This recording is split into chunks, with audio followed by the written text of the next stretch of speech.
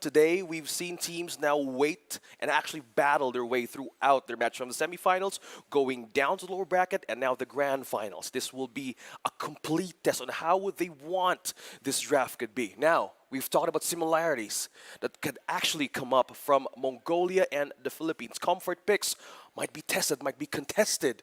This is one way of seeing like perseverance test, yeah, and the hero pool test might be, again, be on the table. Let's check out the roster of Team Philippines, Team C-Ball, right on to our screens. We have Cannon, Saison, Archangel, Unigo, and Recutiano for the lineup of Philippines. Same thing, going in for this grand finals. Same thing, you know, and I guess if you're Mongolia, the biggest thing you want to take care of is Recutiano, right? You don't want him to just split push, man. That is, yes, that is something that you have to watch out for.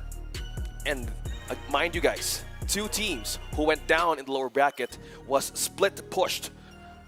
Yeah. Okay? They were. Split pushed by Philippines, Mongolia, and Cambodia. Will they be able to learn the lesson this time around in the grand finals? Because this is the strong lineup of Philippines. Also, we actually had to witness also a great debut from Havas. From the few days that we've witnessed in this tournament, Team C-Ball once again in their own winning and championship lineup right there. Yeah, shout out to Havas, man. He was integral to their success as well on the way to the grand finals, you know. And it's always nice that you have that option, right? That honestly, the game plan, the play style doesn't change too much. Like if you swap a player out here and there, it's still the same Philippines, you know, for the most part. It might bring a little bit of dynamic in terms of hero pool and whatnot, but essentially the game plan is the same, and they execute it just on point, right? So the same, like I said, for, you know, as we get ready to look at the roster here for Mongolia, the thing about that team is like you, again, not knowing too much about this team over the course of, or leading into this, right, the Asian Championships, you find out too that they do a lot of their own drafting and then set up there, and they're able to execute their game plan well, if not just as well as some of the strongest teams around the world. You know, that's already speaking volumes for this team from Mongolia, and I think that's why, again, even talking to the Philippine team earlier on, they respect them. So, and for Mongolians roster, you know, and we're going to get a look here in just a second, you know, we just saw them, right? We're very, I feel like at this point, we're very familiar with them, you know, yeah. and everybody watching from around the world. Again, some parts of the world, it's pretty late, man, you know, and they're here to support and watch the teams. And the thing is Mongolia alone has, I feel like, garnered a lot of respect around the world. Of course, and by just being, again, could be a wild card or a dark horse. It's day number one. If they're a dark horse here, they're going to be a dark horse in Romania. I feel like, you know, so watch out for them. Let's take a look at the roster. You're dropping out hot bars there, Mr. Nice. We are. Let's look at the roster here for Mongolia. Going to be familiar names, ladies and gentlemen. ZX Aura, Bebex, Ethan, Forbid, and Eisen. Coming in fresh from the lower bracket. Yeah. Few. As fresh as can be. Yeah, fresh as can be, freshly squeezed, as we might see or say. Few seconds ago, yeah, they beat Cambodia. Now they're back in with their own lineup. And for the test of their own comfort picks, we might head in and see it for the draft ourselves on how will this adjustment go. Well, I'm just saying, you know, like when you finally get to watch them play, again, when they were playing the games, you know, through day one, day two, and they weren't necessarily on here, the English live stream and whatnot, a lot of people were even messaging, you know, like, what's up with the Mongolia team? Like, how are they looking and stuff? And now you have this great picture because we've seen them go through the reps, you know what I mean? Like, you're very familiar with them. It's a mystery team, right? They were, yeah. I mean, in essence, for the majority of people, they were kind of a mystery. And now I feel like, you know, some of their names are kind of being cemented here. And I'm sure some of their fans around the world are excited for them to be at this point. Again, you're up against Team Philippines, who has a massive history behind them themselves. And you were the first team to take a game from them. You know, can you replicate what you did in that game number 2 earlier on today? So, you know, those are questions to be asked here as we jump into the draft for game number 1. Philippines on the blue. We got Mongolia on the red for game 1. Good respect there. Right on the bat. Right away, man. Terizla. Ling. What about Lapu? Oh, yeah. Don't get me started with the XP lane, bro. You have Uranus, you have Lapu-Lapu. Well, not the glue.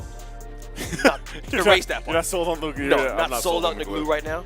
Uranus, you have the Arlet, but now trimming down the strengths of Mongolia we have the Eve.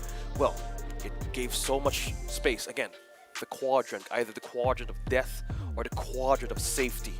The QOD or QOS. QOS. Yeah. Quadrant of safety. Yeah, because of the square, right? Why are we doing geometry, man? Because again, Why is this algebra? real world manipulation. Oh, that's true. Okay. Well, here's the thing, right? Since that's taken out, we already kind of have to assume that Never mind. There it is. No. As soon as I start, no, she's gone. Banned out. Good, though. It's a good thing because we have a different mid lane. We were discussing it in the short minute break that this is the match that both of the hero pool of these teams can really be tested, or where are they strong at. Novaria, in a way, just take it out. What more could this be a possibility for this one for Mongolia to take out against Philippines? Fanny, please, it has Fanny, to be. If it's not, Lancelot, bad news. It has to be a Fanny. Again, Angela. Wait, Angela ban or first pick? Because I don't know, right? A lot of things can be prioritized to the side of the Philippines right now. Fanny is there a good way. Yes, yeah, you have it. Safest way of respecting the comfort picks of Saison, and now opening up the choices. Either they go for the assassin. Yeah. Right ahead. It's either that or again you could go that, but please, this is not an Angela first pick. We're hoping for that, ladies and gentlemen. Are you hoping for it? We are kind of in a 50-50. It depends, man. It's testing out a lot of stuff right here. Mongolia was the one that actually had the answer to the Angela, though. Completely. Yeah. Yeah, they shut it down. So either they respect the fact on what their game went previously. You have 9 seconds now to have this the priority pick on Philippines. So this opens up. Okay, good choice though. Fred, a safest one. Safe. To go, yeah. Okay. But still then, this could either be a flex on how the Philippines went through from day 1 to 3. Yeah, you can't count them out. You know, the fact that, at the time, it was few. Few, yeah. Right? Counting out the unique heroes picked. Yeah, and he decided to go ahead and throw it in the mid lane. Ooh. And it was interesting. And the thing is, even if you take it out of the mid lane, it's like you still have that flex option, XP or, obviously jungle. Yeah. I think even roam. Like that, I feel like at one point, people were ready to put Fredrin in any role. Yes. At one point, maybe not maybe not gold marksman. Just in case how the second phase goes, that makes sense. Yeah. So Fredrin, but right off this first match of the grand finals, they get out Diggy. Good response though. It's been banned out in most of our games. You have the Faramis for that sustain. Well, yes, that's 2 members you need to worry about inside of Mongolia. Now they might answer with a good lethal burst that they have been doing. This might be Claude if they want to go that route. Recordano again. I don't know how many times he's played Claude up to this point. It's been multiple, and he's also just kind of won games that way too. So it would also be a great answer to the Cult Altar. You kind of deal with that. And most of this too, you're going to kind of want some burst because you really want to go and focus on getting that time journey out as quick as possible. Force if you can. Something out, yeah. Force it out, right? And really you could do that in kind of multiple ways. Lapu is going to be secured. Good choice. There's the Claude, right? We've learned, like I said, OSX, by day 4, we're here. Like, we know the meta. Yeah. At least for IESF. You're counting out your stats, bro. That's your pivot. With this Claude, Regotiano, and as well as Cannon back in the Lapu-Lapu. So this is one XP lane heroes that is a team of Philippines is comfortable with. Now with Mongolia here, will they secure their own marksman as well? With this kind of way that they actually might be a steal though. If they might secure their own tank for this. I'm wondering too if you want to lock in. It's still the flexibility. There it is. The Arlet. I was gonna say you want to lock in your XP lane because the matchup's already gonna be there too, right? And Philippines took the Lapu-Lapu because they've seen what Aizen can do, and they respect it. Like this is respect. And the fact that again you lock in the Claude, this is just one of those options that's like, well, no one's done anything against our Claude yet for Recutiano, right? Clean stats right onto the Claude.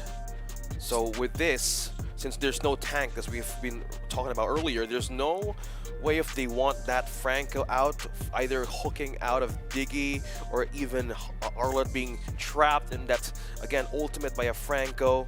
So also considering the fact that the Leslie was a big of a threat from the lower bracket, taken out on the second phase of the banning. I'm wondering if they still focus on the roam here. Last bans here for Mongolia. And even if they go for another gold lane option from Philippines, this could also make room for something surprising for us, right, in terms of gold lane options for Mongolia. But right now, yeah, with taking out the Leslie, that's fine. You don't really want to deal with that kind of scaling, that burst damage. And, for Philippines, they've got to be able to secure themselves a solid roam option. Because, yeah, you're going to have to work around, like I said, this Diggy pick. And Grok is also a pick that has popped up multiple times up to this point, has performed relatively well. And so that's a good ban. With Unigo, yeah. Yeah. A lot of ways to find the backline. So respecting a lot of things right into Philippines. So you have the roams, you have the jungle, you have the XP. So a big of a factor now that they just want to trim down the power specs of Team Philippines can do. So last ban here, they still don't have a marksman yet for the side of Mongolia. Either they go the traditional way as you've mentioned, or they either go the route of just by using the Beatrix, or will just Philippines just let it go. Yeah, again, you still have quite a bit to kind of go through from here. And, as you get a glimpse here of Mongolia, again, it's just massive respect to them. The fact that they do their own drafting, they've got the notebook there. And if I remember right, that is, I believe it's Ethan, right? That's Ethan doing it.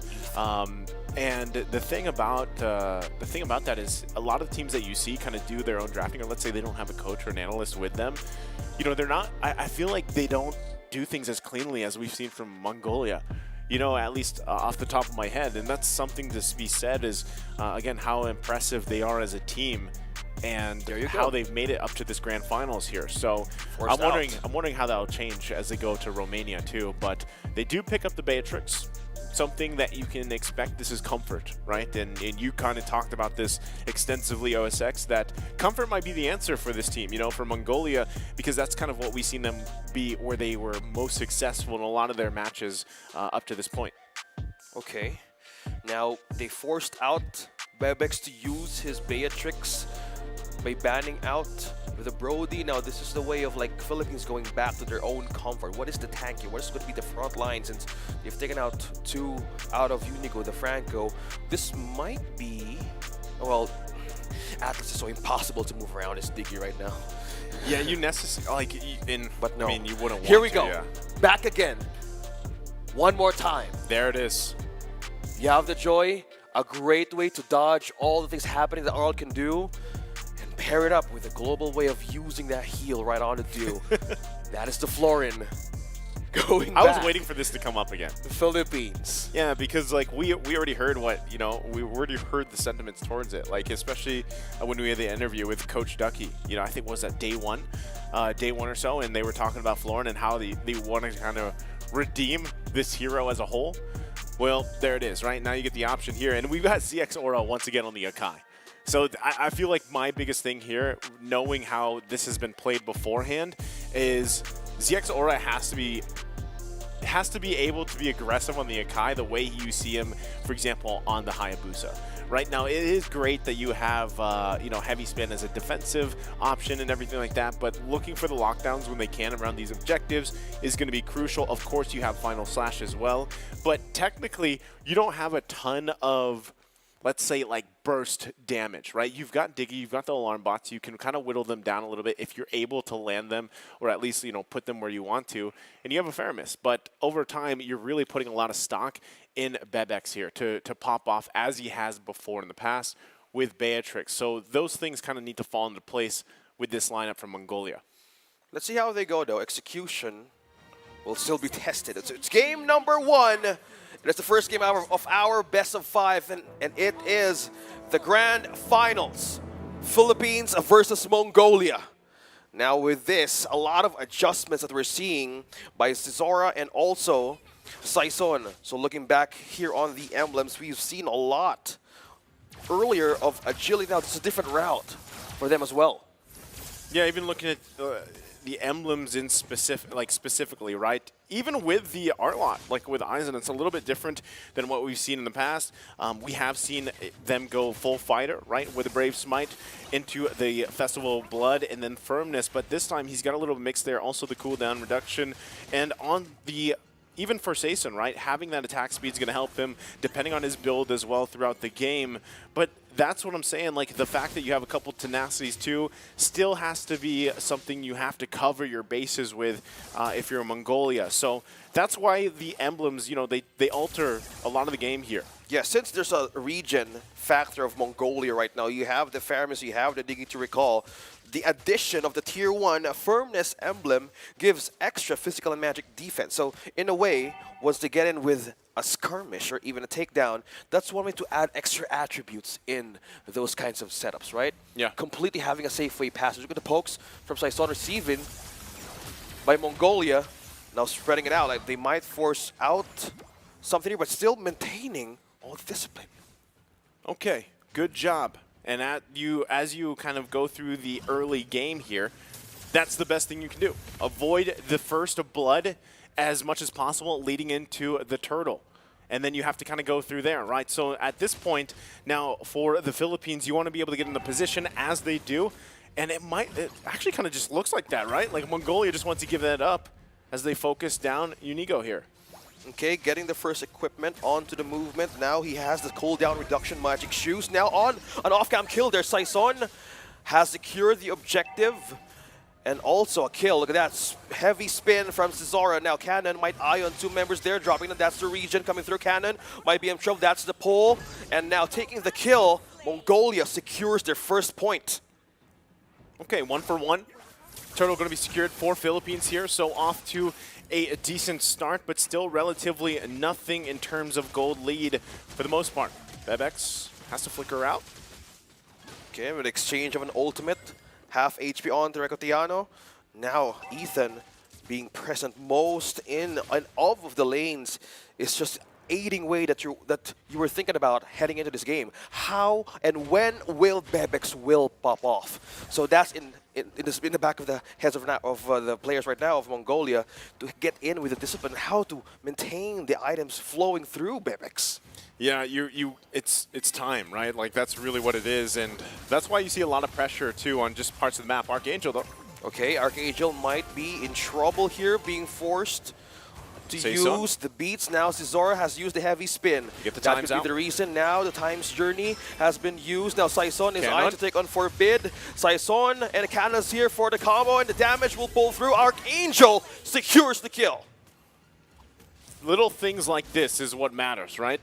Even though it's an early game, oh, hold on. They're not going to make a play up here, are they? Unigo getting a position, Saison there as well. They shouldn't be able to. I mean, relatively they shouldn't be able to here. They're just covering Bebex because that was your question, you know? Like how much time or at what point in the game do Mongolia shine? Well, for the most part, Aizen can be flashy. He's more of that setter later on for the most part too. Bebex though is the damage guy, right? And that's kind of what happens with a lot of Beatrixes here. But they need obviously time. At least I would say with Beatrix, like 2 items. 2 items will at least put you in a position where you're actually doing some damage here. But now the fight for this next turtle breaks out. Forced a flicker out to Ethan. Now Cannon has a way of zoning out members. 3 members now might be pinned down. Heavy spin.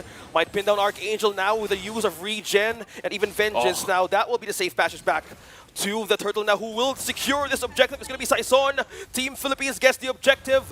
Now one more member might be pinned down here. Cesara escapes the wrath. Now Cannon receives the shot from Bebex. Now still Philippines winning that back and forth. Now it's still not stopping. Aizen trying to get to the back lines. Low on mana. Now Cannon. Eyes on Ethan. Will the time's journey and reverse time be an effective way of regenning out of Philippines now? Cannon trying to eye on Forbid. Appraiser's Wrath connecting. Saison would want to secure the kill, but it was too far of a step and damage. How many times was there like an engage and a disengage and then a re-engage back and forth? again, this is something kind of you expect, right? It's Florin basically versus the Diggy and also the Faramis. Like, you have Cult Altar, you have Time's Journey versus the Blooms, pretty much. And that's kind of what happens here. Neither team really has that much damage just yet. It's too early on, right? But right now, Philippines building a little bit of lead because of the fact that they were able to secure themselves the 2 turtles and, of course, continuing putting pressure around the map. It's just a 1K gold lead, nothing too major. So Mongolia still hanging in there. Again, when it comes to the keys to victory against something like the Philippines, this team is keeping it together in the early game, not letting things kind of slip out of your hands early on. So if they can find it, great. Now, speaking of finding, Ethan has been spotted down by Archangel and Saison. Yes, securing the kill. Ethan goes down. Archangel takes the Nice score. heavy spin. Now heavy spin, pinning down 2. Will they be able to evade this once again? Forbidden Eisen. Oh, final slash onto the turret of Mongolia, safely evading that devastating burst. Philippines still managing to go out of the wrath, but meanwhile, Bebex up top, Riccardiano using that blazing duet, evades with a BMI, still safe. That's what I mean, right? Like, you lack the firepower. You had a great final slash into the turret. I mean, there was even an attempt with the heavy spin, but still, even when that happened, like, you don't have much damage, you know, and that's kind of what happens also when you put a Faramis in the mid lane position there. Yeah, you've got 2 Impure Rages you're running with, and you can kind of whittle people down, but you don't have the burst, that follow-up just yet. So now the fight for the turtle here. Good positioning. Philippines has a good way of taking this. Who secures? It's Cesara! Wow. Stealing with Smooth. a complete calculation of retribution. Well, that was smooth, right? A great final slash Butter. again. Oh, Cannon using the Bravest Fighter now. Reverse time. Still an annoying way to remove himself out of the possible threat. Oh, heavy spin. He's being brought down right in the wrath of force. What? To escape, still sustaining. How is he alive? Philippines still managed to secure a safe passage back with a recall. Cannon still safe. Florin stock going up. Oh no, Unigo in trouble. Oh no. Reverse time. Still One alive. more HP bar left. Still surviving, still staying alive. Vengeance, all through Riccardiano. BMI out. Archangel buys more time to zone out members of Mongolia. Cesara bounces and dodges out of that wall. Now continuing this fight for Forbid. Might be in trouble. Apace's wrath now being committed. Eisen going low on mana. Now being taunted out. Unigo trying to aid on Archangel. And just keeps on going. Vengeance to final slash. Not even the trade, just continuing pokes. Look at the sustain happening right now in these 2 teams right in the mid. This is some of the longest team fights we've seen this early on, or just in general, right? I mean, the constant back and forth is insane at this point, and this might be the answer, like I said, against this sustained lineup. Okay, Ethan, just quickly gonna get taken out there. Okay, being in those state of positions, that is the macro prowess that we're going back again as the identity Bebex. of the Philippines. Bebex flickers out, being taunted at Pracer's Wrath. Damage will be enough to take him down. Saison secures the kill. Now heading in for the push. There's still more turrets left to be taken down against Mongolia, but on the other side, you're just cutting through the lanes. I'm just gonna say it again, right? I've been saying this up to this point. Get a look at the items there. But this is always that 8-minute mark leading into the first Lord where the Philippines finds a lockdown and turns things around. Archangel still alive. Wow. He's still alive. Forced out of vengeance, used the beats. Archangel with a safe way of going back what to an base. angel. And, yeah, completely safeguarded by an angel. Joy back to the base, and with just as that, Philippines secures the Lord. As I was saying, impressively, right? This is what the Philippines is known for. They will turn things around and in a matter of minutes have garnered themselves a 4K gold lead here going into the 10th minute of the game, right? Look at the lockdown. Archangel survives this like a madman. Pops the vengeance, bobs and weaves in, has the beats going, and just walks away. That was almost 3 ultimates committed. Okay, Cesara now being hunted down by Cannon. Ethan might be here to reinforce. Meanwhile, down bottom, Riccardiano going busy, pushing down. Might be another turret to be taken down inside of Mongolia. Defenders being shorted down. Kind of check it back on the map. Where is Philippines heading right now? Going on with the push from top to bottom. Right now they got to make work of this Lord. It should be taken care of rather quickly. But you can see it, right? Even Saison just patiently waiting here to cut them off if he can. Xioxora has the job to clear the Lord as he does, but they're going to lose the tier 2 here now next. Mongolia suffering for space now as that gold gap gets even further. Still, they go in. Oh, heavy spin now has been committed. He's trying to pin down one now, using it to go back to base for safety. Aizen trying to use the final slash, but look at that. A Praises Wrath connected, but the region coming in through from Philippines now could be a threat from Mongolia. Bebex takes down one, that's Saison. Now Philippines will back away with that kind of position. They have been trapped right into the vengeance and the threat of Aizen's final slash. Yeah, I think, again, they don't have any ultimates available right now. Well, Aizen now has the final slash, but relatively good, right? They were at least able to get a kill in Saison as he went down into the base, but that was only the first Lord, right? So you really want to be, if you're Mongolia here, you really want to get to a point where you can actually hold your own against these team fights, right? And that's what you see them doing. Even looking at the damage leaderboard, they're there somewhat, and now it looks like they want to go in the mid lane. Oh, Aizen. There's BMI connecting onto you, plus the Blazing Duet. Will he survive? Cannon. Oh, Slither survives, but Cannon secures the kill. Zora using the heavy spin to back away. Hurricane will be the one to aid him back to dodge in face of that wall. Now on defensive, the Mongolia, Philippines on the lead. 5K running and counting through. 45 seconds for the Lord to show up. Cannon's so flashy, man. You know, that's what you kind of expect with Lapu Lapu. It's been flash ever since. It's literally, it's either, it doesn't matter if it's Cannon or Aizen. They'll both do those things like that, you know, and it always looks great here. So still, again, trying to find space in their own jungle. Mongolia has to kind of work around this because in 20 seconds that Lord's going to be up here and they've got to decide, do we actually want to contest it? Do we want to leave it be? Look they at the are damage. getting whittled down. Wow. Ooh. ZX Aura just taking shots from WEC23 here.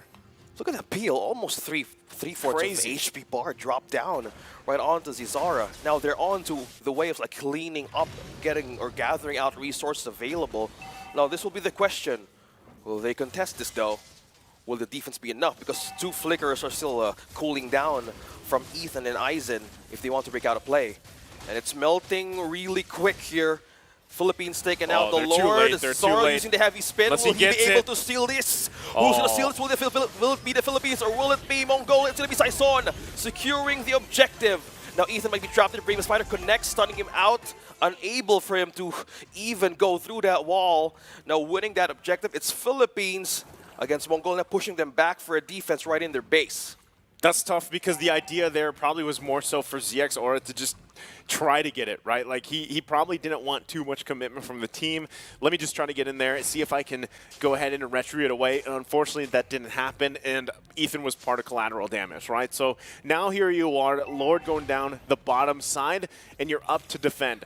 Clear-wise, they still have good clear, right? They still have decent defense, but at the expense of what? And how they deal with this Lord is up to them here as it crashes into the tower. They should make quick work of it, but they're going to lose their tower here. Saison jumps in, though. That's the push from the Lord. Now HP bars dropping down.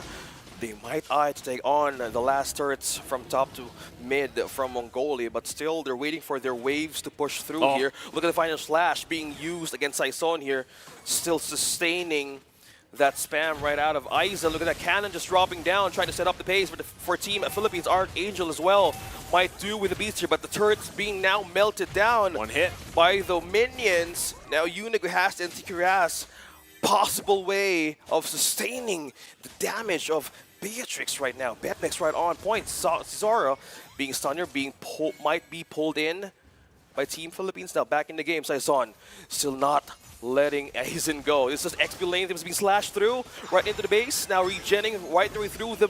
Oh! Bebex takes finally the kill down, and now Cannon trying to hold on for the defense of Team Philippines. Now going back, there's not enough minions to push through here. Pushing them and peeling them back off. Mongolia still defending. Still defending. 14 minutes in, able to defend once again. That's two Lords now that they've dealt with. Now they've lost all their turrets, but they're still fighting them, you know, and that's something you're seeing. But again, one thing you constantly have to worry about is that WEC23, right? This is what he's done in the previous games when he hasn't, even if he hasn't won from the split push or whatever, he builds time up. Or he builds his items up in time to the point where then it just transitions to now he's the problem, right? And he can kind of whittle people down. You look at the items that he's got already. He's pretty much locked in. You know, he's got DHS, he's got the Corrosive Scythe, Golden Staff. He even has Malefic Roar and the Wind of Nature to help him out here. So he's full on ready to go. And it's tough to deal with if you're Mongolia because the whole time you really haven't had to worry about him too much. But, you know, now he's a huge threat in two kind of angles. It's either he's blazing duet into your team and he has massive damage, or he's pushing and putting pressure on a side lane, right? So now, as Lord comes up in about 5 seconds here, they're going to go ahead and take the resources from Mongolia. There's already, like I said, a massive gold lead here for Philippines. So Mongolia might just be better off not even fighting, you know? Find what we can. That's what you see them doing in the top lane. Yeah, pushing through. Meanwhile, Philippines has the edge and taking this Lord. Archangel using the beast out in the middle Bebek's of in 4. trouble. Bebek's going to be in trouble now. On to safety. Here comes reinforcement of Mongolia. Now Ethan falls down in the hands of Archangel. Slowly but surely targeting the members of Mongolia. Slowly being popped out. Oh, Immortality has been used by Cesara. Ultimate will not connect to Philippines. Recadiano secures the kill. The waves are coming in top, middle, and bottom. Now this will be a tight defense for Mongolia to have against Philippines. Okay, right now, still down all these turrets in their base, 2 members as well. It's up to these 3. Can they hold it together against the full force of Philippines as they don't even wait for the Lord? Archangel, half HP. Bebek still trying to clear the waves now onto the base. Philippines knocking through. Will the final slash be the answer of Mongolia to defend? No, it won't. Game number 1 goes to Philippines. Good game. Game 1 there. You were right earlier. Yeah, you know, I asked you. And a strong showing, too. You can see how happy they're feeling confident. Cannon there. Of course, the fans there from the Philippines as well. Shout out to them. They're enjoying the match, of course, because, hey, man, the Philippines is deadly. They are, I'm always going to say this. I'm always going to say that for some reason there's just a switch at like the 8-minute, 30-second mark for the Philippines. And a lot of the teams over there do this, right?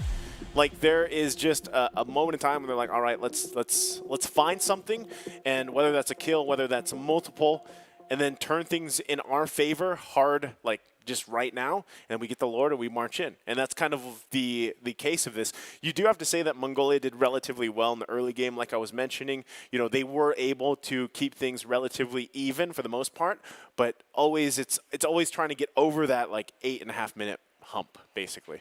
There's like an activation switch on how Philippines would respond. Again, they're up against a Diggy. In most cases, going back in their history in the Pro League, majority of their way of doing the draft is banning out a Diggy. Yeah, they didn't like it.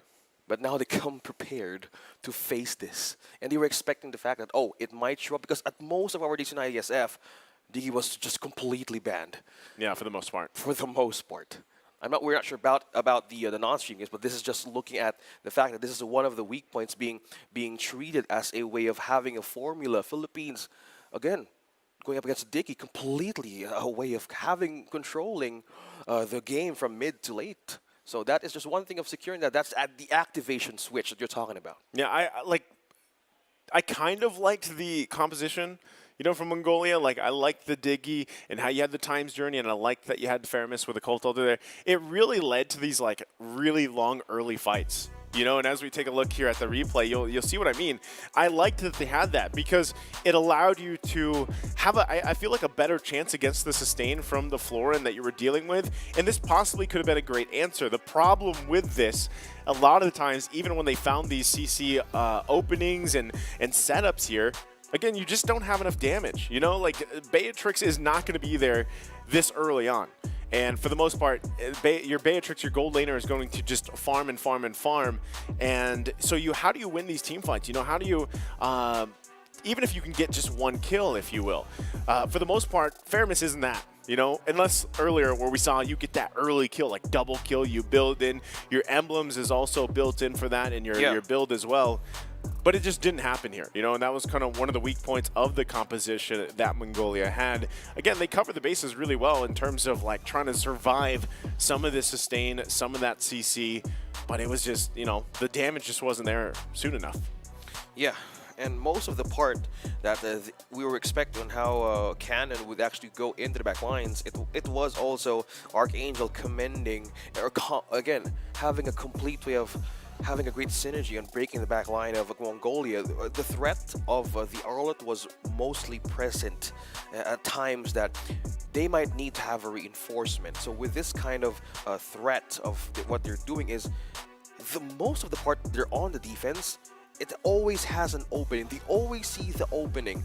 Back in the replay here, it's just completely their way of managing what was, well, experience and getting their first loss against Mongolia early on in the semifinals. Yeah, and I think here, so you're going to have to expect them to somehow, how do they fix this, right? Because now that we've seen that, and of course we're going to see the stats here too in a little bit, but you already kind of got to forward think this, because if the Philippines takes game 2, like just how they perform in game when they're momentum based, it's the same thing when it's series, like series to series, right? If they're able to get that 2-0 already and get into a match point situation, they're most likely the high chance of them, you know, capping that out. So let's look at the scoreboard here, the end game stats for this one. Again, we break it down because Mongolia, for the most part, I know it says 11-3, it was 16.5 minutes, but relatively well, early game, they held it together. And I gotta say, good job for that. But how do you solve it going into the next game? Because just looking at this, right, across the board, man, it was tough to deal with. Whether you were dealing with Cannon jumping around, finding the stuns or the kills with the bravest fighter here, or even being whittled down with Archangel on the Joy, right? A hero who a lot of times slips through the cracks and goes through. It's either not picked or it's not banned, but it actually relatively provides a lot here for the team. And then, of course, you have Florin, right? There hasn't been an answer yet, to 100% wise anyway, to deal with the Florin. So something definitely that has to be worked and kind of calibrated here. It would also just look a lot better for Mongolia to have more of a, I guess, more damage in the mid lane. Yeah, and to think that Flora now works so well with Team Philippines, It's crazy. Completely a better version of like an Angela. It's called growth. Yeah, being with you, the growth. Yeah, Yeah, personal you got growth. it. Yeah, personal growth, right into the Joy, and also the No, it's Flora. not just, I was just saying the Florin, you know, like that's there, but you know, I don't know if we actually again see the Angela, but this is the scary thing, and I talked about this before when the Florin popped up here, OSX, back in like day 1 was, you know, now this leaves the kind of question or in the open air is these sustained heroes, and we've already seen it now. Like the only one we haven't seen, and I mentioned this before, is Healing for Everyone. You know, Rafaela. Yeah. So like, You're expecting it to show? Well, it's possible though. But you're countering a healing hero right off the bat of the Philippines. So yeah. did he use the Estes earlier in the semifinals? Yeah, as has Florin Angela now. Estes, Flora, and Angela. Okay. And One more. What if they go that route? Yeah, like technically sustain wise, like who else is on the who else is there? There's Rafaela. Unless I'm missing someone. Does Minotaur count? Like he's just raging. He kind of heals. Yeah, kind of heals in a way. He has his own fury. Yeah. Well, no, like that's the thing is like I feel like we have seen, and Mongolia was the one that dealt with the Angela, but that is like, if there was this list of these healing heroes, like how do you deal with them? I don't know if the answer is always the same, right? Because obviously you have your items like your Dominance Eyes, you know, you have your blades, you have everything like that, you have your Necklace of Durance and whatnot, right? And you even have heroes that have like built-in passives for that. But is it enough? You know, I don't think one of these teams is going to roll out a Baksha anytime soon. You know what I mean? Like Although we did throw it back. We did throw it back. We did see a bit of throwback few days in the IESF, so I'm not counting out the possibility that there's only one team that plays Baksha. There's only a couple teams or a couple players that like to play Baksha. Right? But who knows? Who knows? Well, let's just keep it on the table, Naisu. Let's just keep it open. Okay. All right. Well, nothing's out of the realm of possibility, basically, is what we're trying to say here as we get prepped up again for game number 2. The thing is that we can brainstorm, because really if you're looking at Team Philippines, they do things for the most part just right? I mean, there's not many mistakes that they make. And I feel like if you really want to get down to like the details here, the minute level, it's when they have to deal with, like, they're in an uncomfortable position where the momentum is way out of their favor in the early game. This is, again, what made them lose against Mongolia back in, I was going to say yesterday. It feels like yesterday. It was like earlier today. It was it was earlier minutes. Today. It was earlier today, right? Where they played them in the first series and they lost that game, and it was the answer from Mongolia where they kind of figured it out. And I feel like, you know, at the time you're kind of wondering how do you defeat the Philippines. I feel like that's one of the biggest things that's asked around the world is how do you beat the Philippines? And part of that is just early game control, if not just keeping it, you know, even which teams have been able to do, and then controlling it to the point where like you don't get just swept away in the mid game. Well, maybe that is the new problem of Mongolia that might be answered. Because if we are going through your check boxes again, Yeah. Mr. Rezabek, Naisu, because one thing that we might see here is if you're saying that the Philippines now has its own activation switch, and that could be the mid to late game, I say they need to have a way to counter the fact that they don't need to have this kind of gap or window that if one member loses its way throughout the mid game from Mongolia, Yeah. that's where the team Philippines capitalizes on. That you don't need, you need to secure your gap in a way if you want to survive the late game, because that has been the strength of a team Seaball Philippines has been going throughout the matches, and you need to respect that in a way. So again, this is a test of how your hero pool is going, how's your perseverance going, how is your mental state going throughout of this setups that might happen. So going to the draft in game number 2, Philippines now is on On the the red. other side. Yeah. We got them on the red, and then we have, of course, Mongolia on the blue. I like it. They go ahead and just take out the Angela. Interesting first ban, right? That's something that you would expect right off the bat. So Angela, we might see the same thing. The respect Which onto one? the Ling and the Fanny, and Unless this is like, we want Novaria in some form or another. it's you up know? to Mongolia if they want to give up the fact that the presence of the Fanny might exist in this game. Yes, they might take the Novaria, but are they prepared to handle most problems of what the Fanny can do? But no, you don't take the Novaria. Yeah, you just you stick don't. it down, It's banned out, which is fine. Like, that's what I'm saying. You still, if you don't take it, you kind of go this banning route because you really want to deal with something in terms of like grabbing one of your comfort picks. Again, we're talking about whether that's the Trizla, whether that is the Hayabusa, right? Where we see ZX Aura being a lot more proactive on that pick. Same thing. Ethan might even want to just go and play the Estes, for example. You know what I mean? Like, It like was, that's was what I'm saying. working. Yeah, the Ube, yeah. Eve, like a lot of these options here, and that's why I think they just went with the Angela first ban, not only to not cover with it or deal with it, but also so that they get what they want from this draft. Okay, speaking of getting what they want, so still the same thing, respecting out Saison's pool. You have the Fanny, so with the Philippines now, they might ban out the Charizla as well. How it happened in game number 1. Yeah. In their own way of like dealing those kinds of problems in rotation, since that's what they're good at. So in a macro, scaling, that's you would want to slow down for a bit. So Fredrin, well, it's a possibility that Mongolia could either take it firsthand, Yeah. and it's no surprise that they don't want that in their hands. Okay. Well, this is already a smart move, right? Take out the Fanny. Oh, this is good. Okay. Take out the Joy. So this leaves a lot open here, OSX. Like that's the game plan, because you're forcing also the Philippines to ban out certain heroes, like they had to with the Novaria, like they had to with the Fred. If they don't take out, for example, the Eve right now, then you can expect that to be picked up from Mongolia. Ooh. One of the great options, at least. Yeah, a lot of being opened here in game number 2. Just buying the draft alone, they're gonna get their hands back on their comfort picks. Okay, good ban, good read, right? So what does this mean? What is the first pick here?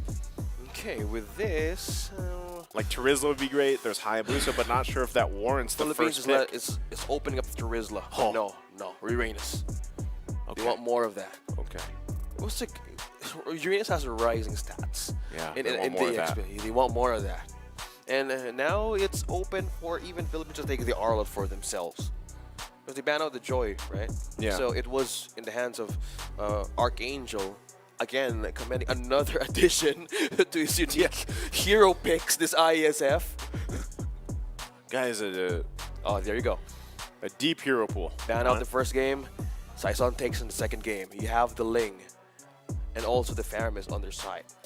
Most likely, this is their own way of dealing with the XP lane being present. A lot of things might be stolen, starting from the marksman.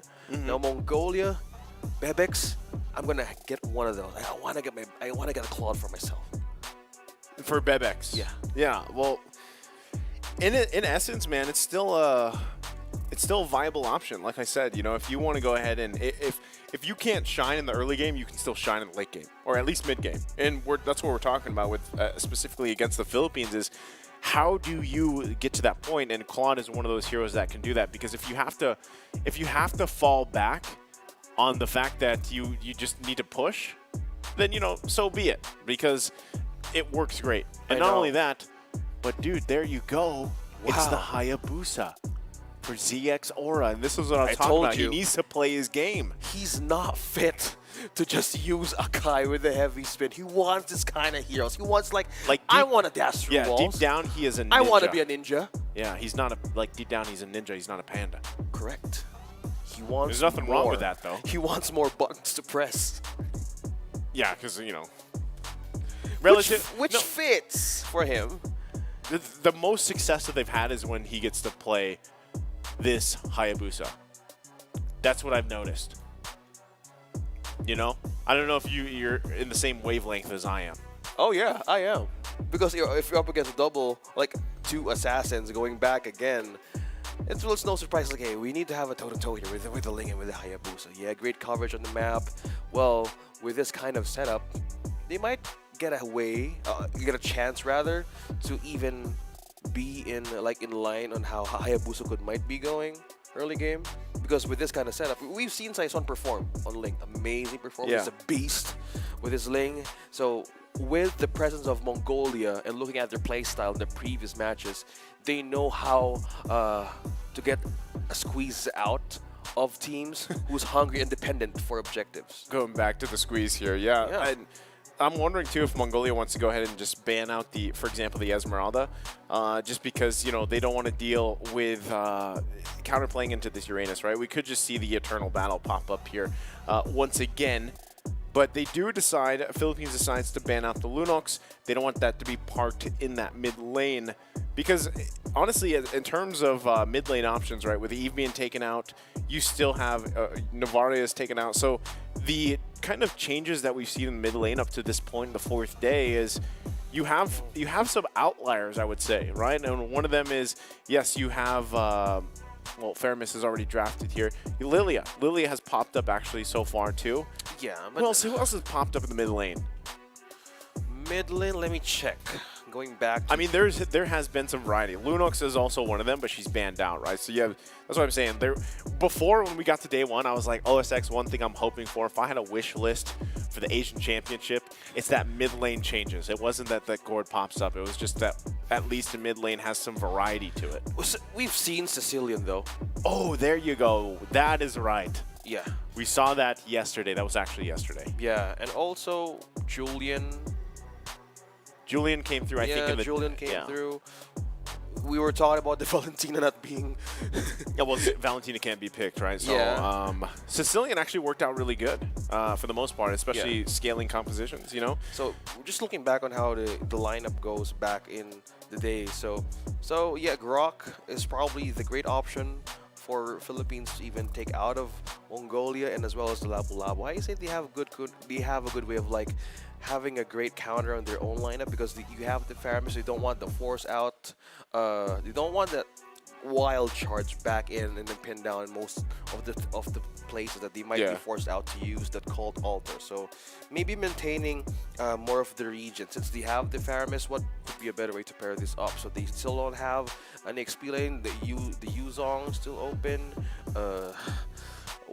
Well, one more thing though that can be open here is Esmeralda. Yeah, that's what I think they're going for. You know, like just go for that matchup. Kind of throw it back here. Esmeralda probably just one of the best options. Here you go. This is a hero we talked. This is a hero we talked about. You said it. Yeah, I did. You just said it earlier. I did. What you said, like Minotaur? You said hello, bro. Yeah, I'm telling you, I have, you know, my IQ has raised. Amazing, you're amazing. I'm basically an analyst now, predicting. I'm giving this point to you now. This fits the bill, though. The way that the trend has been for Philippines, like they like these sustain heroes, right? For some reason, whether it's Florin, whether it's Angela, and that was first banned out, the Estes. They now bring out the Minotaur, and I'm just waiting for Rafaela, man. I don't know. If we get to the next game and they use Rafaela, we'll see. But response, though, from Mongolia happens to be the Franco plus the Diggy. Okay, mid lane Diggy. And as well as getting his hands back under Franco. Wow, man, you're seeing so much in the future of every draft right now in the grand final. A lot of possibilities. You really are the son of Gord, in a way. Yeah. Okay, so you have the Minotaur now. They need to have a good XP lane hero. It's just Esmeralda, man. It's Esmeralda. And I don't know what other Dyroth, hero they would put there. Maybe Dyroth. Yeah, okay. Good call. Okay. Let's see. I got Esme, you got Dyroth. It could be no. It's neither. I'm happy that I'm wrong. Yes, they've taken out the risk in their own way. Which is funny because, again, you know, I actually expected Aizen to pick up the Terizla like first pick. Like, there was a part of me that was like, we live in a world now where Aizen is just like, all right, Terizla first pick. But he went with Uranus. And now he gives up that, you know, I would actually say this is rather like a signature pick for Aizen. Yeah. But it's now in the hands of, you know, Cannon. Philippines. Yeah, Cannon takes it. It's like looking at the mirror in game number 2. But it's different also because of the fact that, again, if you compare just hero to hero in the XP lane, like who does more? You know, for the most part. Like Uranus is, a lot of people just think Uranus is boring, but he actually does quite a bit. Yeah, well, cut lanes, clear, like most XP laners cut lanes. A lot of things. Even I haven't perfected Uranus back in my own game. So now it's game number 2. It's Philippines having the first point. And now we're checking out the emblems for this match. Mongolia, on the other side, we're seeing more of the agility being present. And this gives another way of rotating faster with the threat of the Ling and as well as the Faramis. Early game could have a great rotation. So agility is much more be present for extra movement speed. But meanwhile, no disturbance from the side of Saison, completing and getting his first purple out of this game. We went to the pokes, running the gold lane, Recutiano and Bebex, just having it with a toe. And as well as for the mid lane, we're likely gaining control in a way. Philippines just starting it slow. Starting it slow. Again, a lot of this game plan here for Mongolia is obviously to land hooks from Ethan, trying to follow up through that, right? And the same thing, it's the part of it too is a lot of this is on ZX Aura, and that's what I said every time he does play or he gets his hands on this Hayabusa. The fact that he has to be able to match the speed set from Saison is kind of the challenge, right? You can already see Saison is level 4, right? So if they were even to meet right now, they would have kind of a hard time. But all this leading into eventually that first turtle. If no one goes down, great. Right, better yet for Mongolia. That's kind of really what they have to do here as they get situated. Because right now, I mean, rotation-wise too, you can already see actually the play being up here. Not going to be able to find the shurikens, but goes in with a shadow kill. Goes with the minions as well, calls it back. So there was an attempt there from ZX Aura. That would have been a great setup if they could have gotten it, you know, to lead into that first turtle of the game. And with that, they forced out a flicker from Recutiano. 2 minutes for the first turtle to show up. Now Ethan might be in trouble here. Forced out the flicker as well. Okay, you trade out resources now. Yeah, not going to land the iron hook though. So they get the flicker out from Ethan. He's going to have to be even more careful here. There he goes, the flicker in from Cannon. Also a response flicker. They're going to force ZX Aura back here. Still going to be fighting for the Aizen. Left alone, he will fall. Turtle will be taken by Saison. It's unfortunate, ZX Aura not able to get in position. Yeah, getting control of the EXP, that's one way of holding or just getting a hook out of an Aizen. Cannon is doing a great job on zoning out members right onto the first turtle there. That's one thing they need to worry about. Yes, they have the Diggy back again in game number 2, but will you keep on using that ultimate over and over again with all the skirmishes might happen? Because at most of the times, you might be forced out to use those in a state of the early way of like taking you out of the skirmish fight. So with that, you need to have more way of like holding on when to use the times journey and even reverse time properly. Look at the Cannon That's dropping just down. Penalty zone. That's just some threat there right now. Shadow kill going to come through, going to force them back quite a bit. Cannon and Saison should be able to get out just fine. Forbid, though, might reverse time him back there. Still going to be worked on, too. Cannon quite low, about to hit away. A couple shots more to go. He's quite tanky. but Aizen will finally get the kill. And meanwhile, in the river here towards the top, they still go. Ethan gonna be in trouble, trying to get away, won't be able to, gets jumped on by Unigo. So a lot of trades here across the map. Yeah, Minoan Fury just right on the bat here, draining out away for Mongol just to escape. Meanwhile, fight continues to happen. Forbid falling down. Saison secures the kill. Cristiano in trouble. Almost a close call, but Unigo now with activating that regen back in to that Beatrix. Now Bebex here just going in too deep right in Philippines. Bebex might be fine here if he's able to escape. ZX Aura able to get a kill. Recutiano was quite low, staying there. So they had the information, and they get a kill out of it. So right now, I would say Mongolia holding their own for the most part against Philippines, despite a minor gold lead building here. They want to be able to get in position for that turtle, though. Okay, trying to contest this purple out of this Ling. Still managing to secure that. Aizen was hoping to disturb one way or another this Ling out of getting that purple. So still maintaining the placement. But meanwhile, on to the turtle here. Great positioning, though, as they want to take on Mongolia for this point. A reset just happened right in the pit. Aizen knows what Ken wants to do, right? So he's going to go in and force him back here. You got to keep an eye on him, too, because he's always got that flicker penalty zone available. They might just give it up here to them. Iron Hook going to land on Archangel. Saison kind of dropping around. Can he get the turtle? He can't. ZX Aura secures it. Tempest of Blade's going to follow. They might just retreat here. Still looking for a kill. There's the penalty zone coming through. No follow-up just yet, though. No one falling. Unigo going to be in trouble. There's the Cult Altar coming through for them. Still extending the fight. The Iron Hook lands. Unigo will fall. Meanwhile, waiting patiently is Recutiano. Can he get the pickup kill? Still going to be looking for more. ZX Aura cannot escape with this. As much as he tries, he will fall.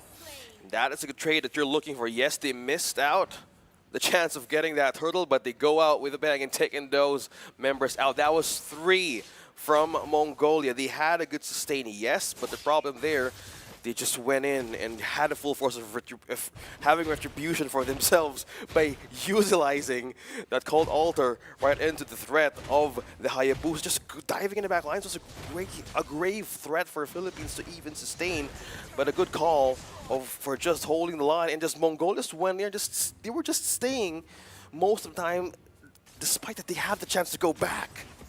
Yeah, it's tough, At that point, when things like that kind of unfold, this is all leading into that switch territory that I was talking about earlier, OSX, right? We're nearing the 8-minute mark, right? We're just a couple minutes away from that, and this is already starting to build up in favor for Philippines. BOD being locked in here by Recutiano as well, helping with that power spike. Another big item pickup for Saison. So Mongolia has to answer to this. Best way to do that, land these hooks, follow up through, but who do you hook here, right? Anyone that you grab, aside from Recutiano, is going to be tough to kill. You can see them, Philippines, putting the pressure up here on the top side, looking to get that down before this next objective comes through. Okay. Still maintaining the control here. 8 seconds for another objective to show. Another possible way of stealing and contesting this against Mongolia, but now getting the coverage and control over the river. Philippines has more scope of the territory here. So with this, they might have a good angle. Yeah, it's melting down quickly. Yeah, I think they're just going to take this. Yeah, there's no contention there. Saison grabs it. That's the second turtle of the game. So still furthering the little lead that they had a little bit more. Turrets will be taken down, though. So for them, at least, there was a push, right? ZX Aura tried to do his best, just getting what he could, because they knew that they couldn't really contest that turtle. But at this point, like I said, they have some time, right? They have some time to lead in and prepare themselves for the Lord here. And the best thing they can do is find these hooks if they can and look for these moments. ZX Aura, like I said, too, if he can grab these somehow, some way, find a kill for him before that Lord comes up, that'd be great. He's got to scale into this Hayabusa, into that mid-game, late game. Yeah, speaking of mid to late game, either way, Unigo has a lot control over the river that might be, in a way, being nested by Forbid with his own way of, like, getting vision. If you might want to be in a problem... Oh, look at that, almost half HP onto Forbid. But just talking about him, he's really struggling to have that vision for the side of Mongolia. Yeah, I was saying, I would have loved to see Mongolia pick, more of a damage-based mid lane option, but you know they obviously have a plan here with this Diggy, and you can feel it though. They're kind of lacking in decision making here. Saysun though already gonna get the times journey out. Tempest of Blades to follow through. Forbid will fall. Unigo gonna jump in, forcing Bebex back. He's cut off from the team here. Still gonna be going. ZX Aura able to grab a kill against Unigo, but the shots are gonna continue. Bebex is in trouble. Hook gonna land, but it's too late. Cannon cleans up the kill. Still a good way of Philippines winning that team fight, and it keeps on happening right in. Oh, look at that chase. I was about to expect something there from, or even against Saysun. Now going with the progress that they have, they're going in for the push with the clears here. Now gaining control. This is the mid-game spike that you're telling about. This is the switch. It's the switch of Philippines that we're looking forward to happen. Now with this, Mongolia needs to have eyes on who is going to be the target inside the Philippines. Who is going to hook? Will it be Recatiano or will it be Cannon or will it be Saysun? Now, who's going to get this Lord? Okay, ZX Aura is going to make his way up here. He's going to be way too late though. Lord just given up in the hands of Philippines. So Mongolia now on the defensive once again, still trying to hold on to that tier 1 turret in the mid lane. Malif Garor also being picked up here. He could possibly look for a pick. Knows he's going to be working on that purple buff. Unigo, though, going to spot him out in just a second here as he gets the knock up through. They still might chase him. They still might force this situation. Going to take quite a bit. Aizen trying to buy as much time as possible. They did park Bebex up as the top lane as well to deal with the Lord here. The push through. Still in the mid lane, gonna go for penalty zone. Nice hook, iron hook from down under. Saysun will follow up, though the Colt Ulter is there too. Turret gonna fall, there's the Tempest of Blades. He's in trouble, he will fall. Bebex. Ethan is out, double kill for Rectiano. Still gonna be looking for more, lines up the shot. Forcing them back here. Here comes the shadow kill, and Archangel will be taken out, but it's a triple for Rectiano. On a streak and on a push. Minions pushing in with the Lord up top. Philippines winning that outlast battle right on to the setup that Ethan started, even for Aizen sustaining the fact Saysun versus Cesara. Now the base being opened up for the Philippines. A hook right into their own turret. Cannon survives onto the regen, but Saysun takes another turret down bottom. A lot of things happening. This is truly the switch. Yeah, the switch was flipped, you know, where now it's 10K, nearly 10K. That Philippines is up. And pace and momentum obviously in their favor. Mongolia just kind of trying to find what they can, really. And it gets increasingly harder to find the moments you're looking for. Let's take a look at the items here, exactly how it's breaking down. Again, this is 10K gold lead for Philippines, giving them a big favor in terms of these items. Yeah, so looking back on how will they defend most of the lethal damage and bursts right on to Philippines, we see Dominance Ice, we see Oracle present for the Uranus for Aizen to even hold most of the soaked up or what damage that he can have for his team. But to think that the Roamer also might have 2 Dominance Ices present from the Uranus and as well as, well, for the Diggy, mostly it's on the burst side, right? So they can rely on only for 2 members to be in the front line. So either they slide through the Philippines backline defense or even have a good set. So it's dependent on how the hook can land perfectly by Ethan. And he says he has been doing it perfectly, but as of this moment, they need to want that tear. They need to want to have that tear down. You need to want that good hook out. Oh, he was trying. ZX got it, I believe. Like he went in there with the Oogie Shadow and he was able to grab it, but Bebex in trouble. He's too far. Yeah, gonna get cut off. This is the downside, right? A lot of times you're just trying to scrap and get what you can for the most part. Trying to keep yourself in this game from it getting even worse. Basically going from bad to worse. Now 12.5 minutes in, the next Lord is up here. You're probably gonna see ZX Aura try to park himself here, you know, trying to be in position, but this is definitely gonna be checked here by Archangel and the rest. Rectiano knew it as well. The thumbs up comes out. The clash here comes in. He goes back, though, able to dodge that penalty zone. Meanwhile, Lord's still going to be worked on. Saysun will grab it, secure it, as ZX Aura falls eventually. So Philippines still just dominating around the map. 6-1-1 onto this Beatrix. Cesara once again attempted to steal that Lord, possibly for a defense, but now it's just pressure. Pushing through Mongolia, letting them out of the base, baited them out to use. Look at that, sniper might would not want to connect all the damage. They're going to push through. Under the turret they go. They get the Time's Journey out. Tempest of Blades as well. Turret will fall, though. Not sure if we see Philippines go back in. They're happy with the objective as they get prepped up. Still Lord coming through the top lane. Just one turret taken out from Philippines. Now the score is just nearly even. A high start from here. 13 kills, 13 points. Now how will they defend this? Who will they target? A hook of Ethan right now is just needed. And it's so crucial for him to make the play. And serving up the base. Unigo, on the other hand, starts the Fury. The Fury's going to go off here still, forcing ZX back. Lord going to be worked on, though. That's exactly where they want it. Should still be able to hold on a little bit longer. Aizen be in the front, the bulwark of the team. And just like that, Philippines, they're not going to be able to get that middle turret just yet unless they can push in with this wave. It's got to be cleared out. Ethan hooking the minions, both waves pushing in and bottom and top. Now the mid turret will fall here. Philippines fully exposing the base. Minions doing the work. Top to bottom, now they need that kind of security up against Philippines. Now we've seen moments that Zizora might keep on diving the back line. With this threat being present, we've seen Immortality now present in Cannon.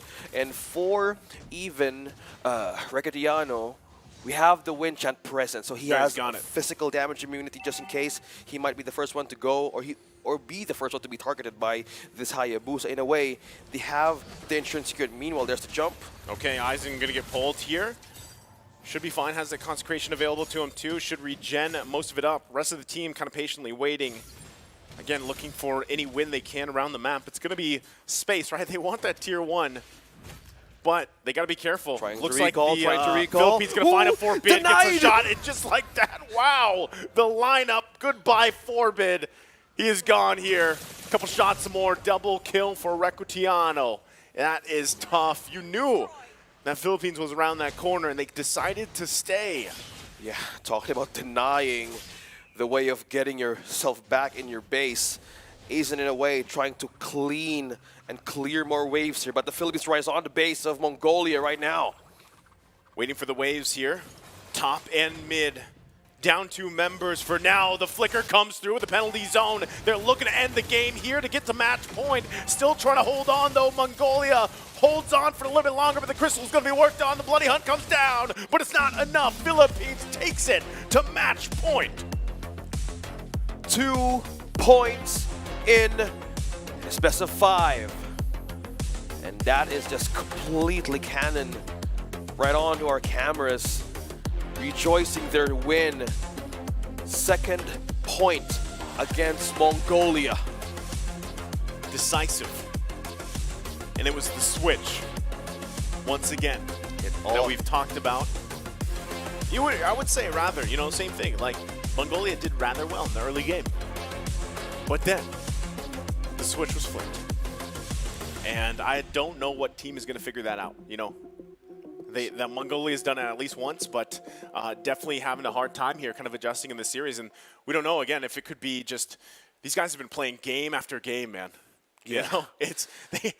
Mongolia has been playing for a while now. It's been a minute. They're being tested. It is a true test. Again, they've been playing from 12 o'clock in the Saudi Arabia time. Yeah. And until now, they're still fighting through. We have Coach V right onto our screens.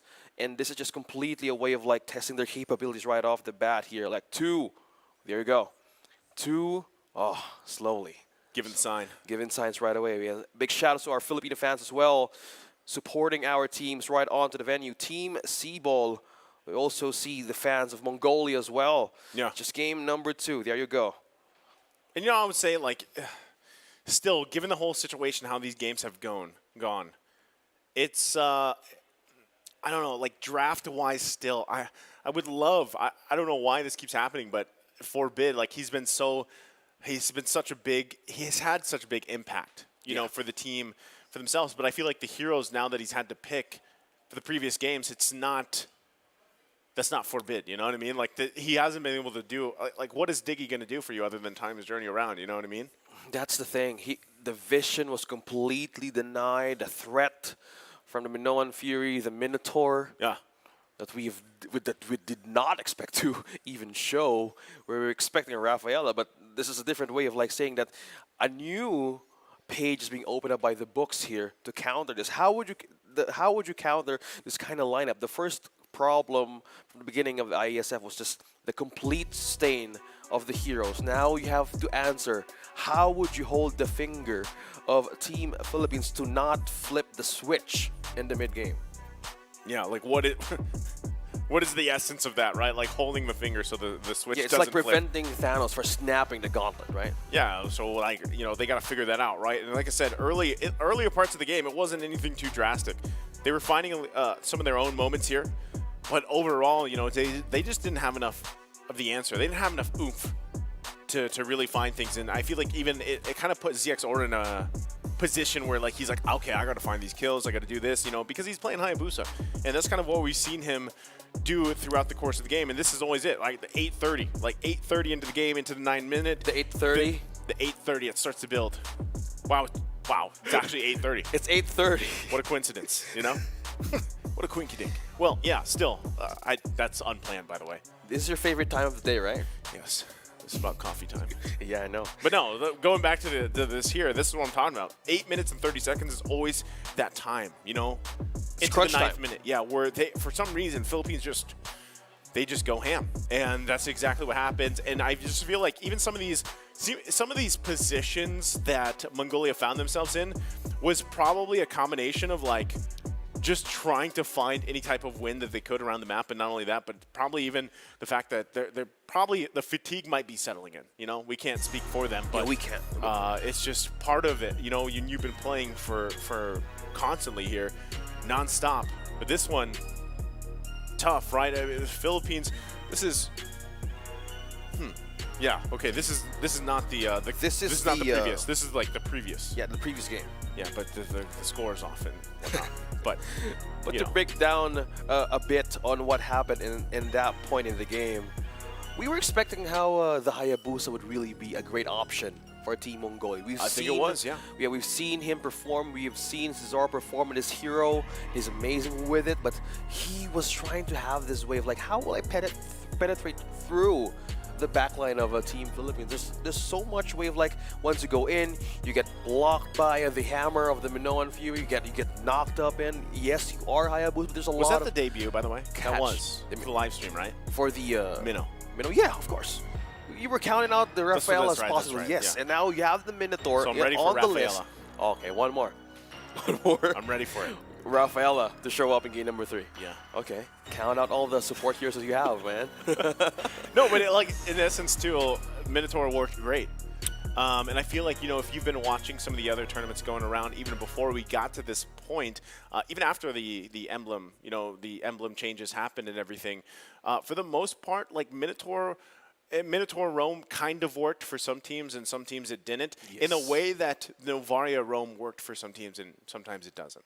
It pairs really well, for example, with, you know, Eve, right? But I feel like still Minotaur now sits in a relatively a good position, you know, and not only serves as like this tanky kind of front line, but the way that it works with Minoan Fury, and you have kind of that knock-up as well, and you provide a lot here, right? So something that kind of I expect would be to see more Minnow, not necessarily maybe in the next series, unless we see kind of adaptation from Mongolia. But, you know, it's kind of hard because if you're thinking about it, when they're going through the draft and everything, and they were first pick, you know, before, and they decided to go with what? Uranus, you know, and I'm not sure if that was probably the best scenario for them. You could be right by just Mongolia just taking up the Terizla themselves, just to pair up with the Hayabusa.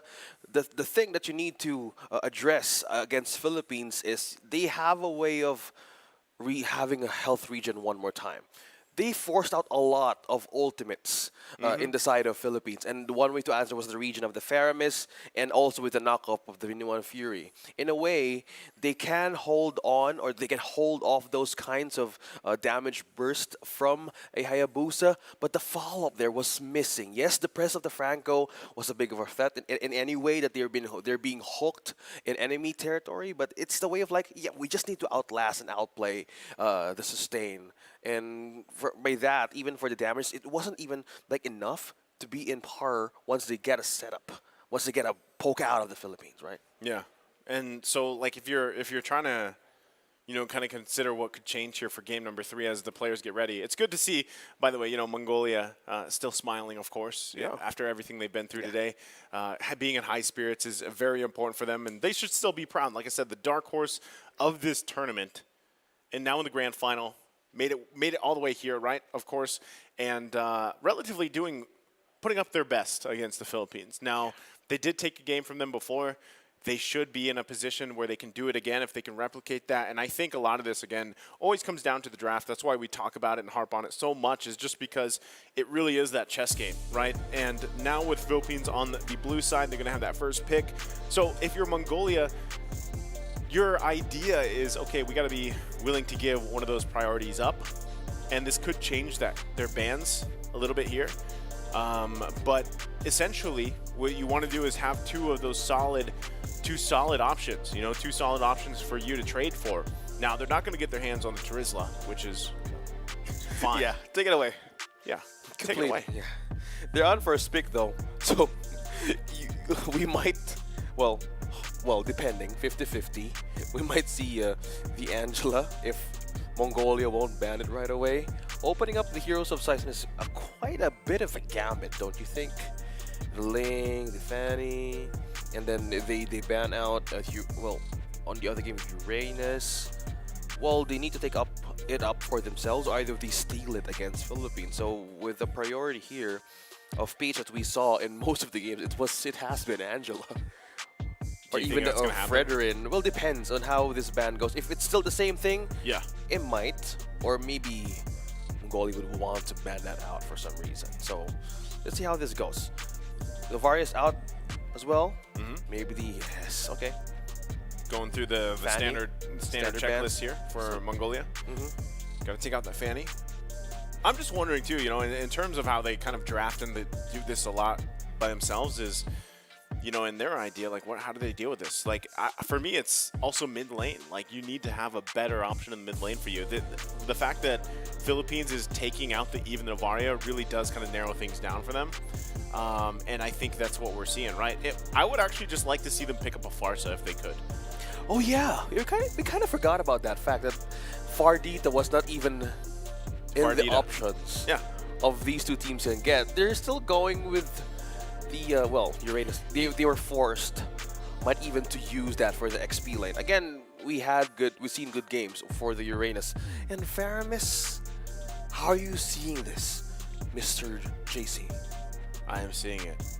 I don't know if I agree with it though. You know what I mean? Like, Uranus I get just because in a sense it's like one of the safest places you can go, because he is just so tanky, you know what I mean? Like, even if you're having a hard time kind of finding your footing in the game, you can at least go 1 versus 3 as Uranus and buy time for your team, hopefully the setups and whatnot. But, you know, Fairness in general, the Cold Altar, again, you're probably going to get a response here. Claude's might just go in the hands of Recutiano again to deal with this. You already have the Appraiser's Wrath, which actually eats through the Cold Altar as well, so you necessarily don't even need the Claude, but I wouldn't be surprised if that's not what's locked in here.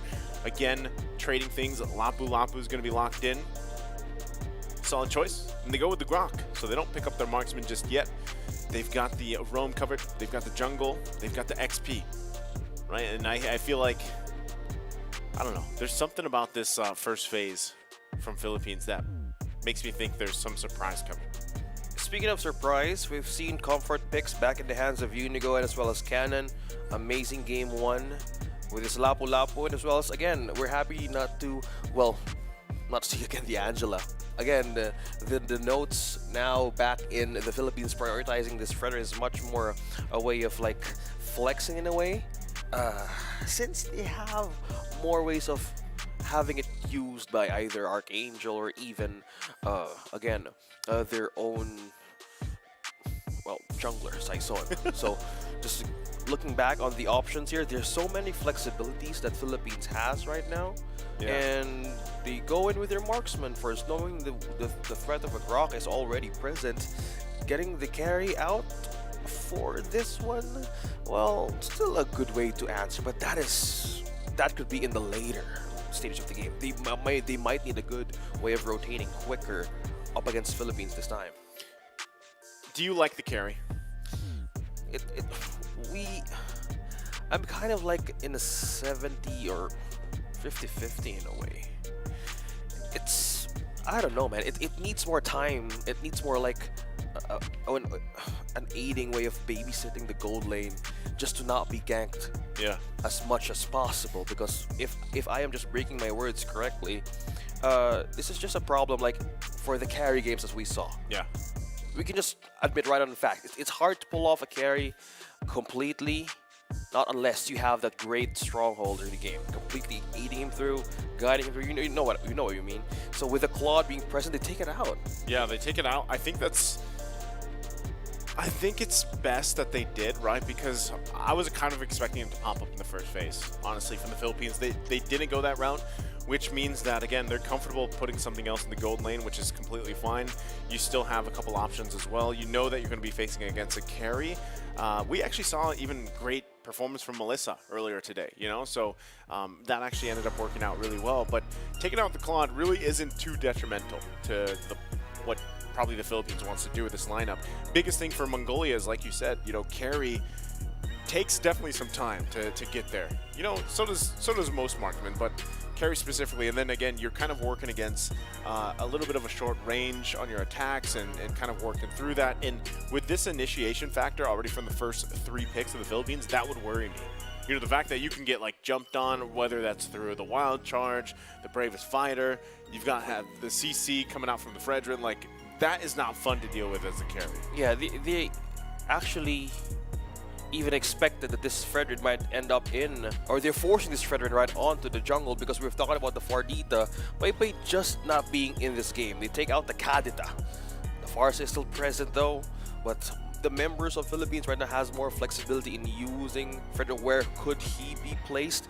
But with this kind of Bandi Akai, they're forcing out Mongolia. They're forcing out Cesar to just go with the assassin picks. Yeah. The ones that he likes and what he does best. Yeah.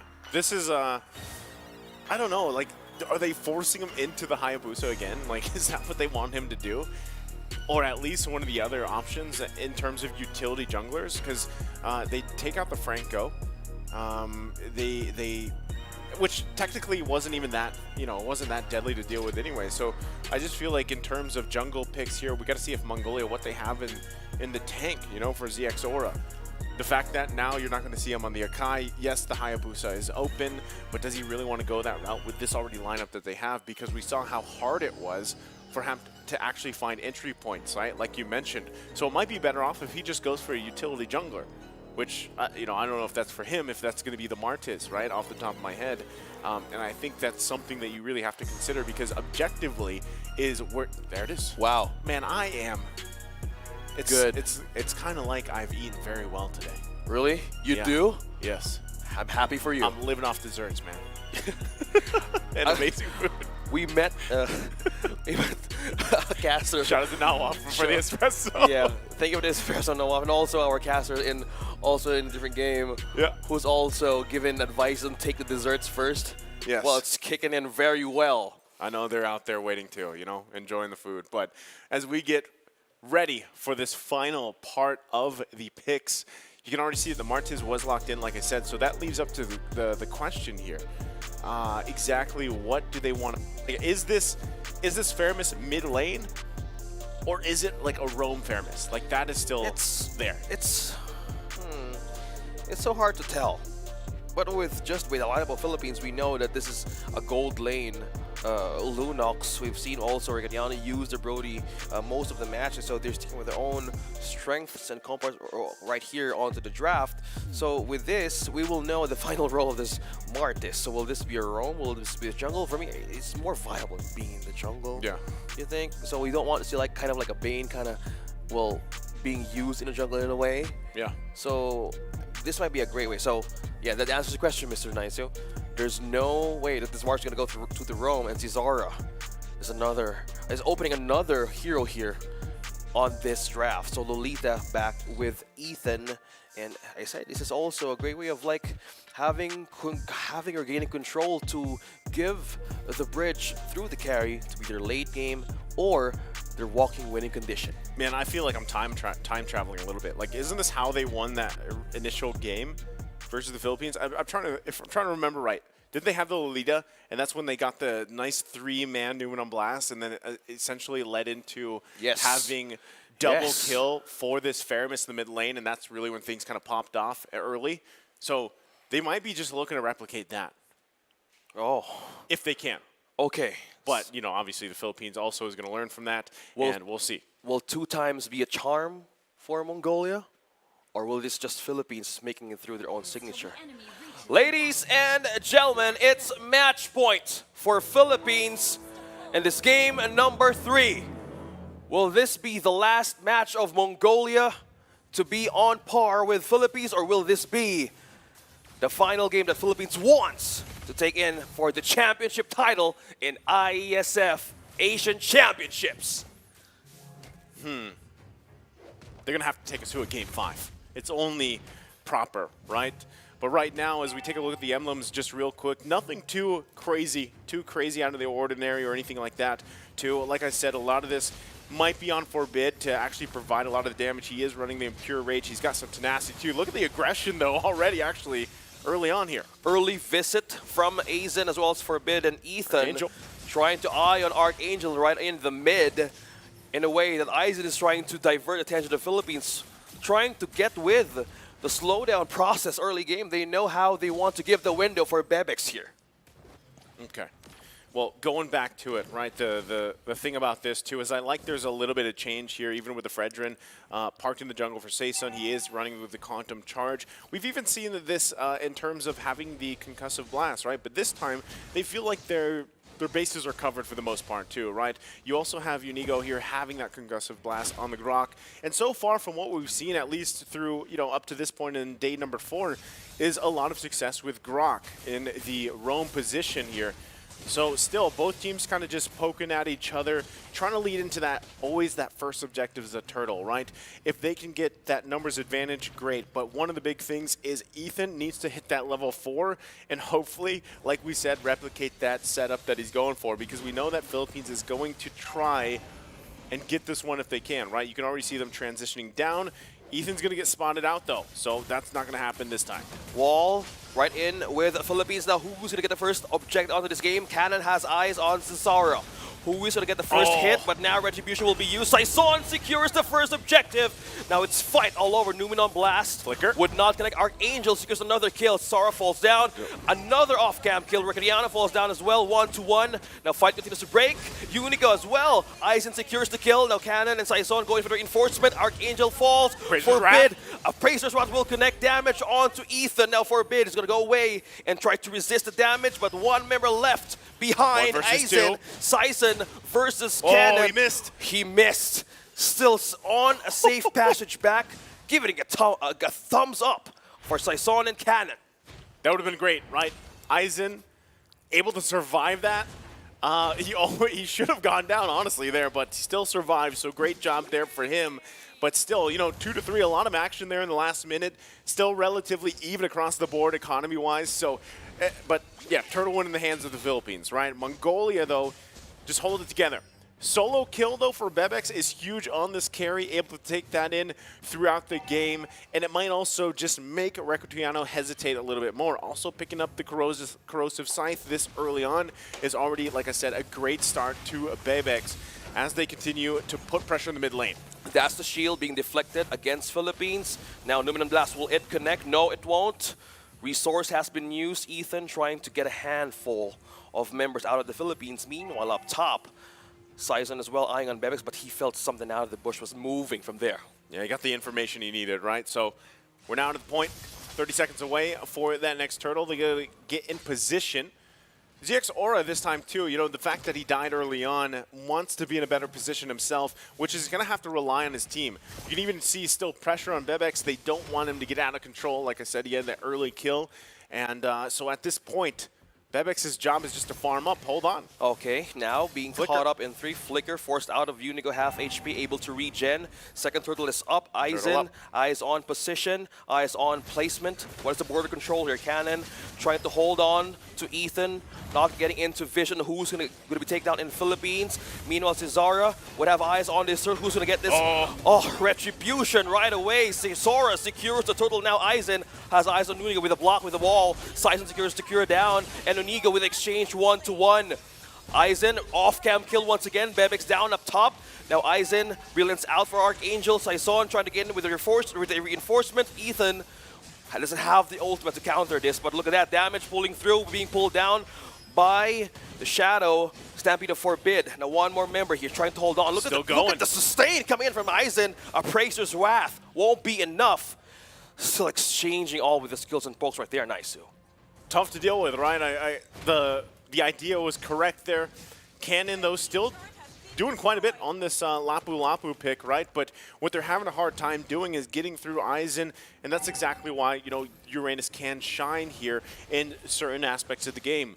Now, as it goes on, obviously you're going to be able to build against that, some of that sustain and everything else, have more of the damage available to you. Again, even in the top side, it was great that a solo kill happened. Now they're still going here.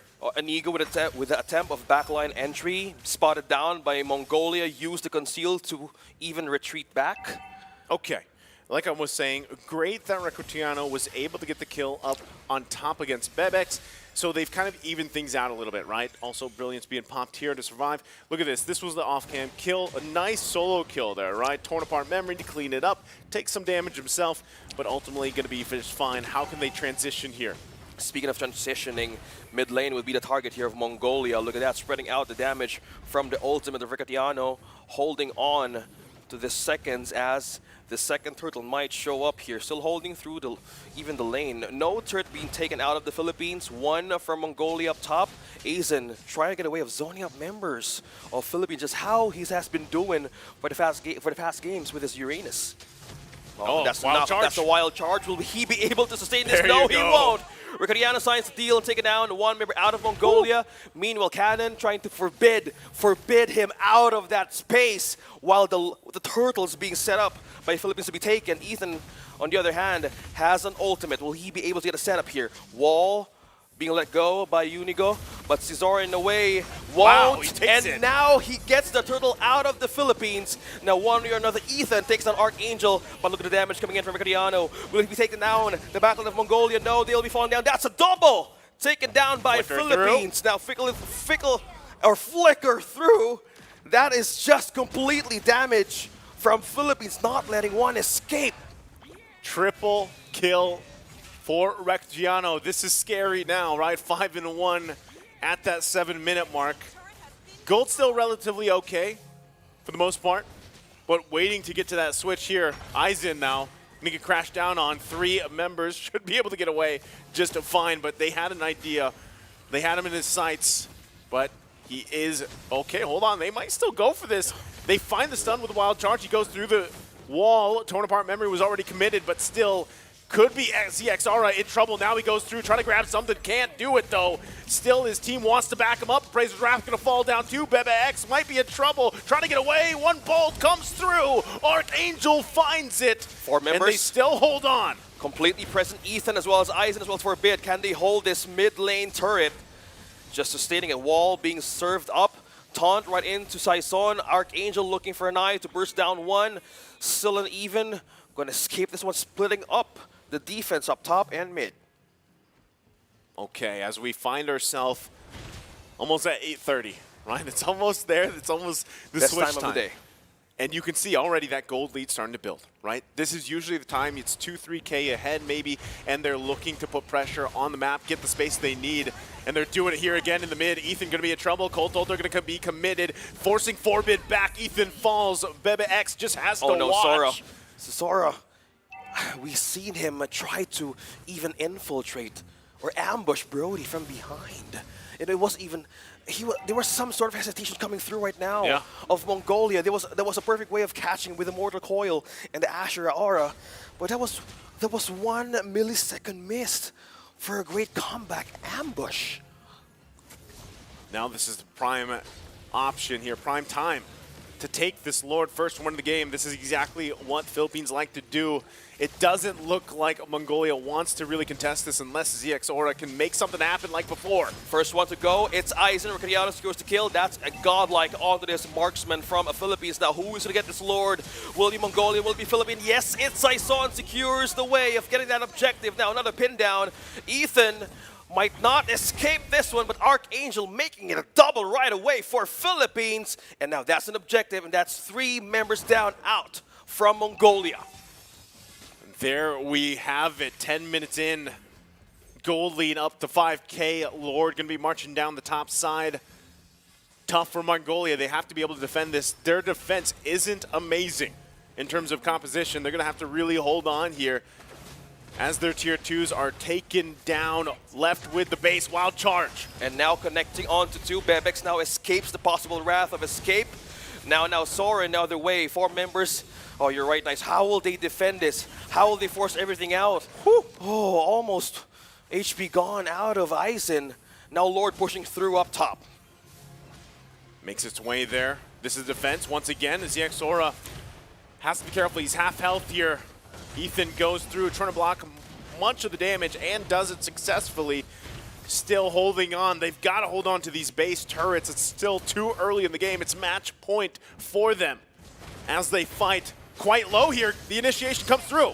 And now Cannon looking up for the back line of MGL. Now being stunned right in front. Criano secures another kill, leaving him more way of farming through members of Mongolia. Now being stunned. That was 2. This might be the counter that Mongolia is looking for. Ethan on the other hand, deflecting, trying to hold on to damage. That is the Usher. Oh. Not connected to anyone, but Criano secures 1 more kill out. 2 members. Man, 10, 1, and 3. Having a massive lead on this snowball for this Brody. That is just, it's not what you expect from a Brody this early on. 11 minutes in, he's got 10 kills. Right, it's well, how did that even happen? That's what Mongolia is wondering. And they have to deal with the damage being put out here. And even if it's just a couple marks, the torn apart memory hurts so much, and he just picked up the DHS. Let's take a look at the items here in just a second on how this is happening. I mean, 11 minutes in, there we go. You can already see it. He is where exactly he wants to be, right? He's got the Blade, he's got the Malefic Roar, BOD, DHS. He is online and ready to go. He's probably going to build 1 more offensive item just because he can, unless he decides to go for a little bit of defense. Conceal play going to be committed. Eyes in the target. Oh, now eyes on the target and eyes on the prize. He might be trapped here. 4 members present here from Philippines. Will he be able to escape and sustain this one? Saison is eyeing to even block him out and even escape this one. That is 4. Ricadiano gets the kill 1 more time. 11 kills onto this Brody. Aizen trying to hold and take down that turret, but it's not going to be much of an effect right now. 12 minutes. Defense is a problem. How would you even get in the protection of Philippines has right now? In a way, they're trying to clean up waves. Now completely melting it down. Melted. In few seconds, Archangel secures another Lord. Nearly 10K at nearly the 13th minute of the game. Philippines now looking to cap this one in and get their sweep to the Asian Championship here. It's only a matter of time. Mongolia is going to have to defend this one and leave it all on the line here. Trying to find any advantage they can poke alongside with it. They're already down that inhibitor turret on the top side. They're looking for the initiation coming through. Turret at the bottom is going to go down here.